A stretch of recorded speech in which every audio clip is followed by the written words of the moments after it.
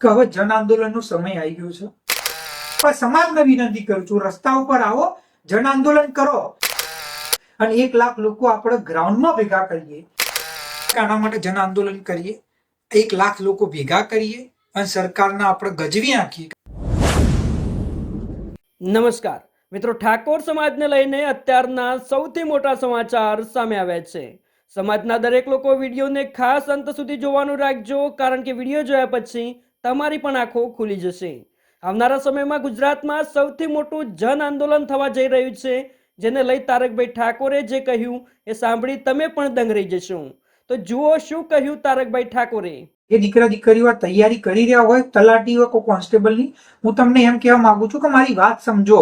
ગાંડાના જેમ તૈયારી કર્યા જશો, સવારે 5 વાગે ઉઠીને દોડવા જશો, લાઇબ્રેરીમાં 12 કલાક ગધા મજૂરી કરશો, પણ જો તમે પાસ થશો, 100 માંથી 2-5 લોકો તો પાસ થવાના જ છે. આપણા સમાજ ગર્વ થઈ જાય કે ભાઈ આ ફલાણો વ્યક્તિ કોન્સ્ટેબલ, આ ફલાણો વ્યક્તિ તલાટી, આ વ્યક્તિ ક્લાર્કમાં લાગ્યો. એટલે ભાઈ સારી વસ્તુ હોય અને મને બહુ જ આનંદ થાય છે આપણા દીકરા દીકરીઓ નોકરી લાગે ત્યારે. પણ 100 માંથી 2-5 જણા પાસ થઈ જશે તો એ તો થવાના જ હતા, પણ બીજા 25 જણા પાસ ના થયા, વર્ગીકરણ નહોતું, એના કારણે એમનું શું? અને એટલા માટે કહી રહ્યો છું કે સરકારને વિનંતી કરું છું, આપણા સમાજને વિનંતી કરું છું, રસ્તા ઉપર આવો, જન આંદોલન કરો અને જ્યાં સુધી ગુજરાતમાં વર્ગીકરણ ના થાય ત્યાં સુધી ભરતી ના જ થવી જોઈએ. કારણ કે જો આ ભરતીઓ થઈ જશે તો આવનારા કેટલા વર્ષો સુધી ભરતીઓ નહીં થાય અને આપણા દીકરા દીકરીઓ નોકરી વગર બેસી રહેશે, જેમ છેલ્લા 30 વર્ષથી બેસી રહેશે. અને એટલા માટે ખૂબ જરૂરી. ઘણા લોકોને એવું લાગે છે કે ભાઈ 8મું પગાર પંચ આવશે ને તો એનાથી આપણા સમાજના લોકોને બહુ ફાયદો થશે. 8મું પગાર પંચ આવવાથી એ લોકોને ફાયદો થશે કે જે સરકારી નોકરીમાં છે. આપણો સમાજ તો ના બરોબર સરકારી નોકરીમાં છે, એમને ફાયદો શું થવાનો? 8મા પગાર પંચ આવવાથી બીજી જ્ઞાતિઓ જે સરકારી નોકરીમાં છે એમનો પગાર વધી જશે, તમે એમની સાપેક્ષમાં ગરીબ થઈ જશો. એટલે 8મો પગાર પંચથી આપણો સમાજ સદ્ધર નહીં થાય, વધારે ગરીબ થશે, કારણ કે તમારા બાજુવાળા લોકો વધારે અમીર થવાના છે. આપણું તો પ્રતિનિધિત્વ છે જ નહીં સરકારી નોકરીનું. એટલે કોઈ બી વસ્તુ સમજો, વિચારો પછી સમજો. આપણો તો છીએ જ નહીં નોકરીમાં, તો પગાર વધે કે ના વધે આપણને શું ફાયદો? આપણે તો ના બરોબર લોકો, અને બીજાના તો કેટલાય લોકો છે.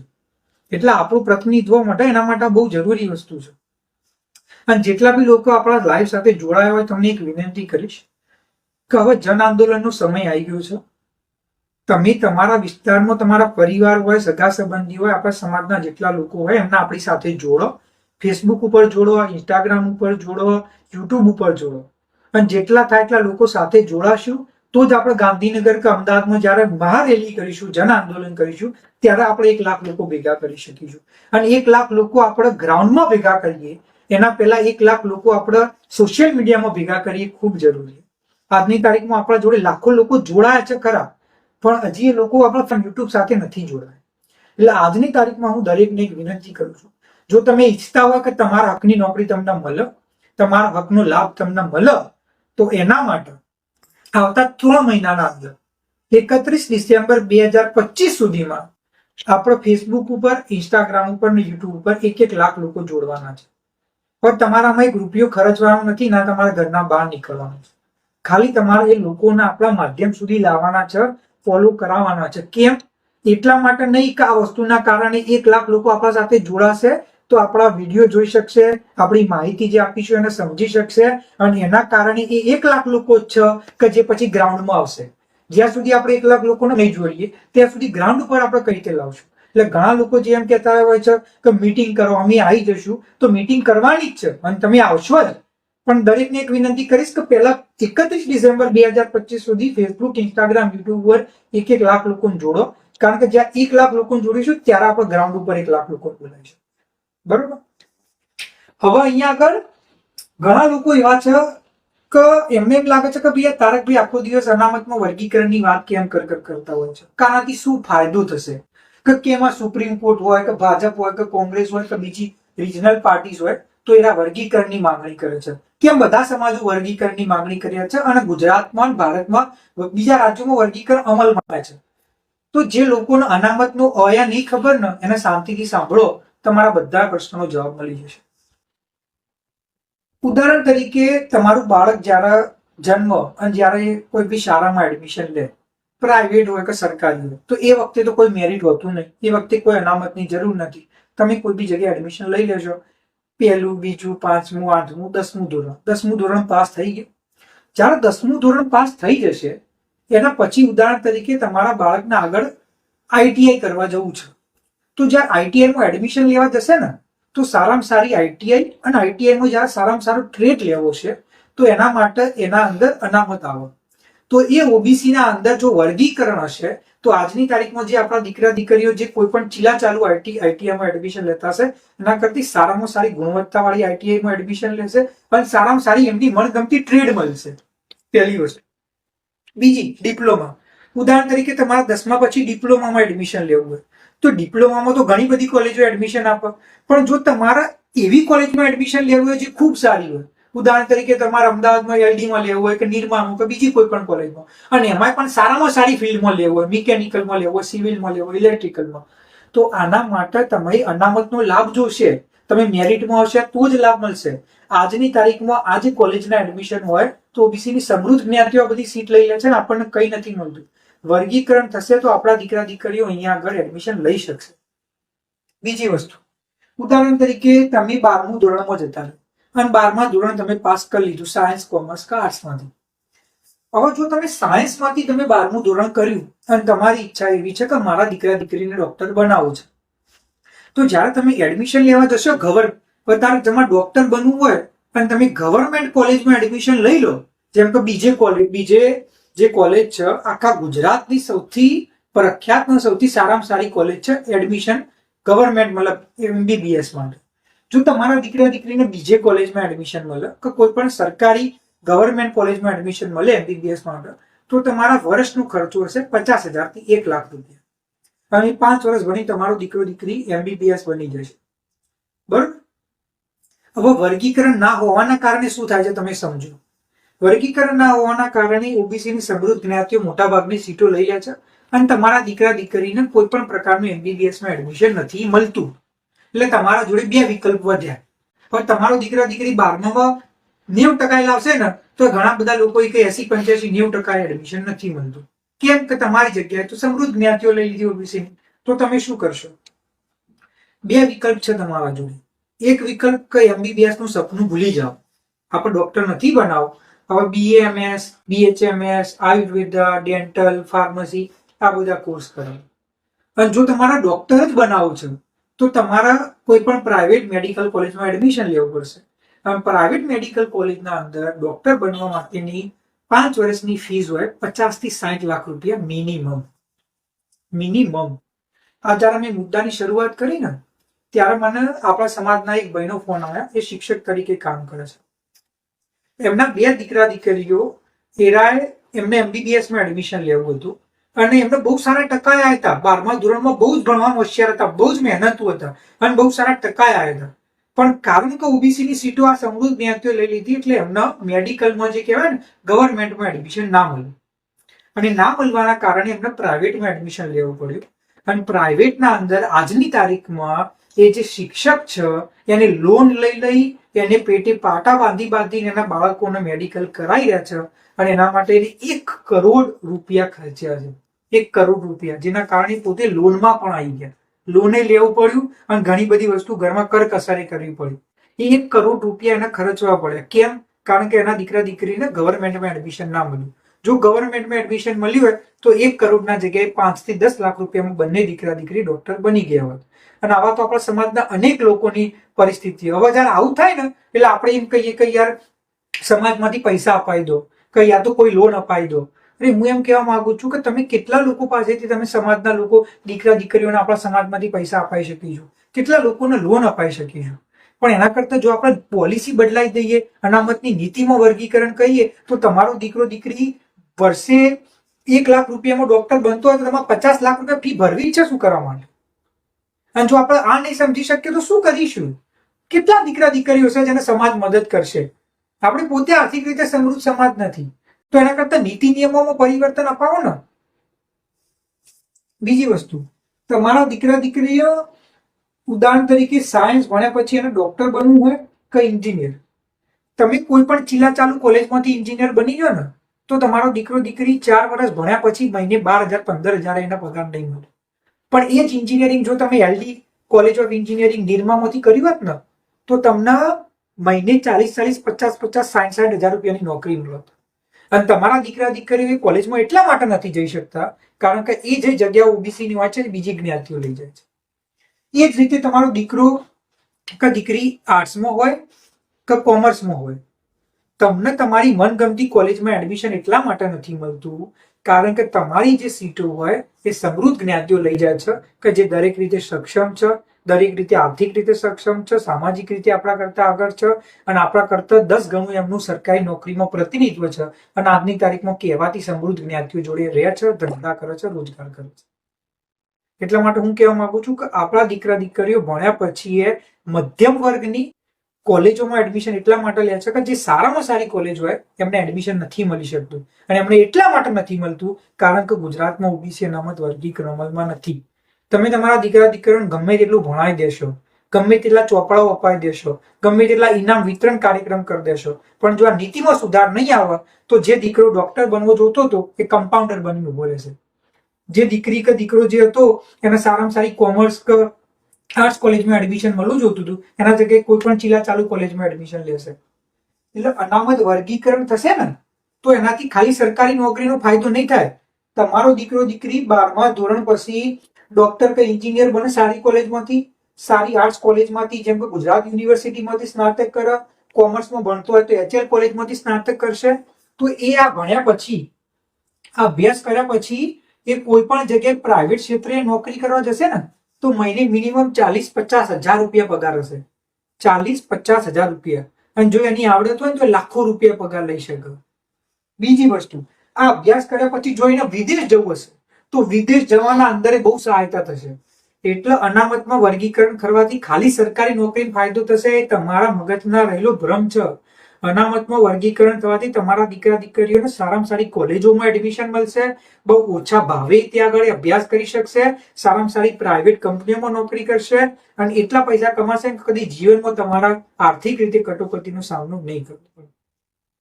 હવે આપણે છેલ્લી વાત કરીએ સરકારી નોકરીઓની.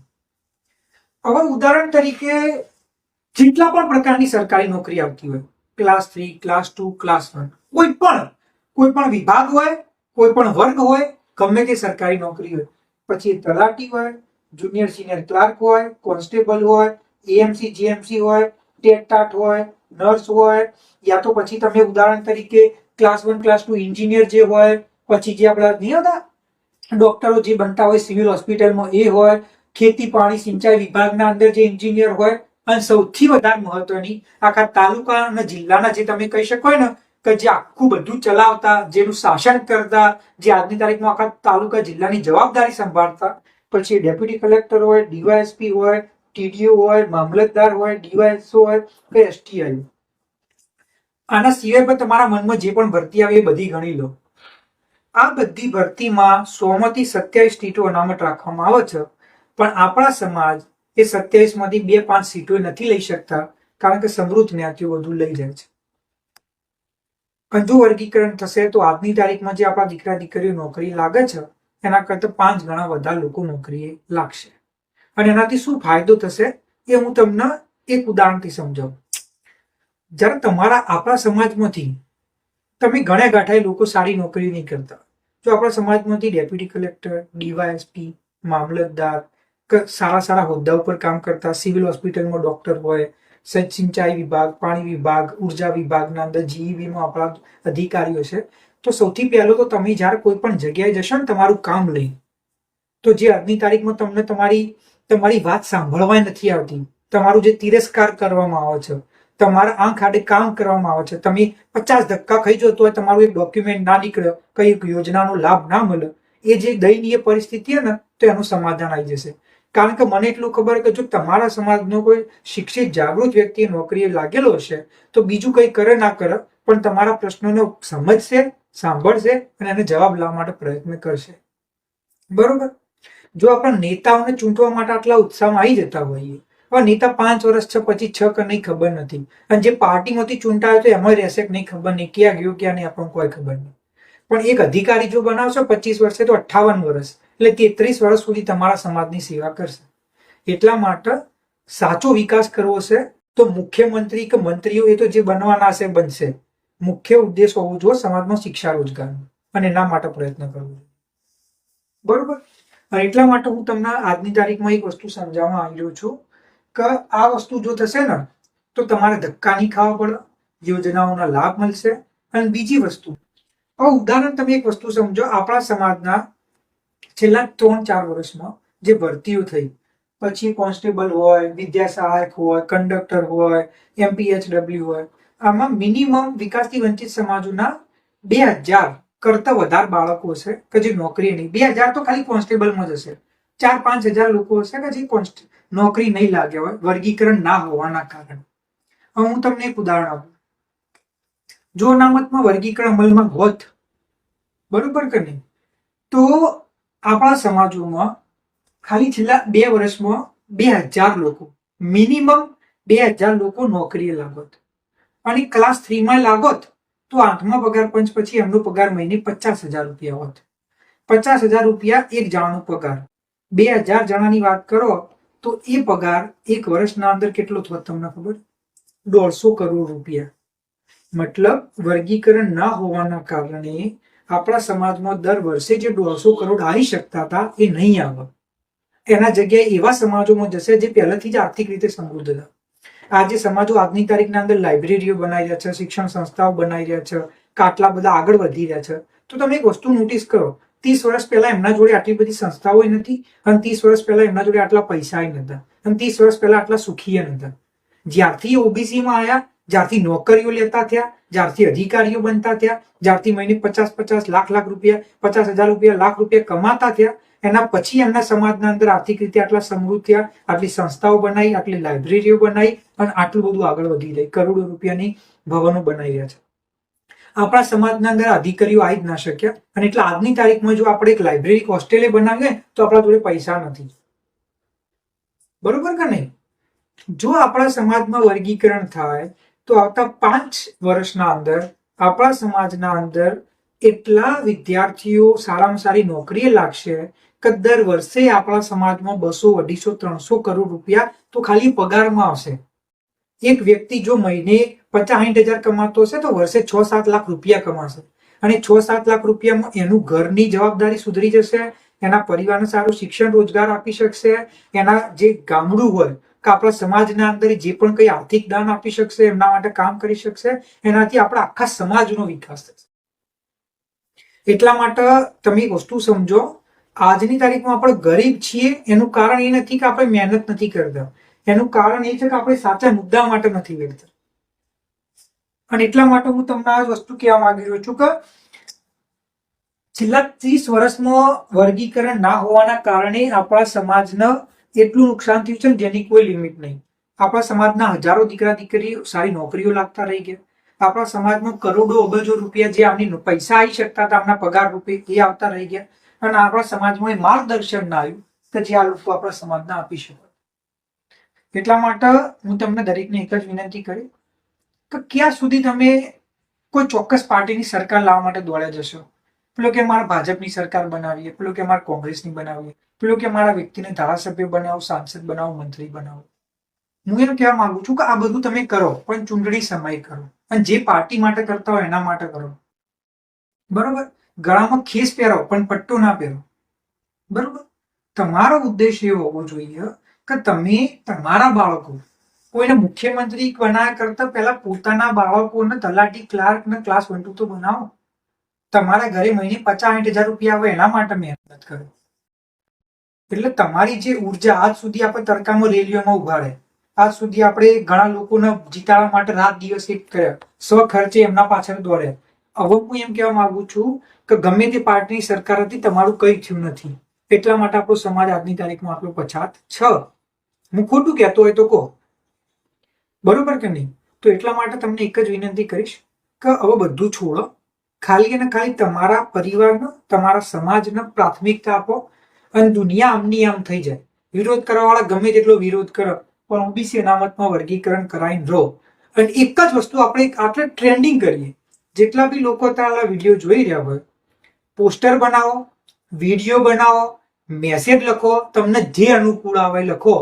અને મેસેજ તમે ગુજરાતના મુખ્યમંત્રી, બરોબર, ગુજરાતના જે તમે આપણા પ્રધાનમંત્રી આપણા જે ભારતના, એના સિવાય જે અત્યારે હાલ જે બી તમે એમ કહી શકો ને જે સેક્રેટરી હોય, એ બધા લોકોને ટેગ કરો અને એક જ વસ્તુ લખો કે જ્યાં સુધી ગુજરાતનું ઓબીસી અનામત વર્ગીકરણ નહીં ત્યાં સુધી અમારે કોઈ પણ પ્રકારની ભરતી નથી જોઈતી, તમારે ત્યાં સુધી અમારે કોઈ પણ પ્રકારના કોલેજમાં એડમિશન નથી જોઈતા. પહેલા વર્ગીકરણ કરો પછી ભરતીઓ, પહેલા વર્ગીકરણ કરો પછી જ એડમિશન. અને આ વસ્તુ તમે તમારા ઘરે બેસીને કરી શકો છો. અને જો આ વસ્તુ કરશો અને લાખો મેસેજો આવા ગુજરાતમાં ફરતા થશે તો સરકારને નોંધાઈ લેવી પડશે અને સરકારને કામ કરવું પડશે. પણ જો આપણે ઘરે બેઠા મેસેજ નહીં કરી શકીએ, વિડીયો નહીં બનાવી શકીએ, તો પછી સમજી લેવું કે તમારા દીકરા દીકરીઓ ગમે તેટલું ભણશે, નોકરી તો નહીં જ મળે.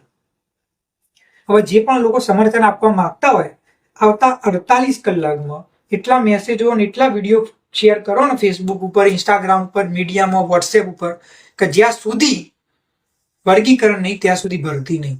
કારણ કે આ ભરતીઓ થઈ જશે તો આપણા દીકરા દીકરીઓ માટે કોઈ ભરતીઓ વધવાની નથી. અને આ વસ્તુ પૂરેપૂરી રીતે શક્ય છે. બરોબર. અને અંતે એક જ વસ્તુ કહીશ કે જો તમે ઈચ્છતા હોય કે આના માટે જન આંદોલન કરીએ, 1 લાખ લોકો ભેગા કરીએ અને સરકારને આપણે ગજવી નાખીએ કે જેથી અમલમાં મૂકવું પડે વર્ગીકરણ, તો એના પહેલા 1 લાખ લોકોને સોશિયલ મીડિયા ઉપર સાથે જોડવા પડશે. ફેસબુક હોય, ઇન્સ્ટાગ્રામ હોય કે યુટ્યુબ હોય, ફોલો કરો, વિડીયોને લાઈક કરો, શેર કરો. પણ 31 ડિસેમ્બર 2025 સુધીમાં 1 લાખ લોકો આપણા સાથે જોડાવો જોઈએ. અને જેવા 1 લાખ લોકો જોડાઈ જશે એના પછી આપણે આગળની મીટિંગ માટેનું જે પણ કાર્યવાહી છે ચાલુ કરી દઈશું. તમારા જે પ્રશ્નો હોય, જે મંતવ્યો હોય, મને કોમેન્ટમાં જણાવો. અને જો ખરેખર તમે આ મુદ્દાનું સમાધાન કરવા માંગતા હોય તો જ્યાં સુધી વર્ગીકરણ નહીં ત્યાં સુધી ભરતી નહીં, આ મુદ્દા ઉપર તમારા મેસેજ ને વિડીયો આખા ગુજરાતમાં આવવા જોઈએ. જય માતાજી.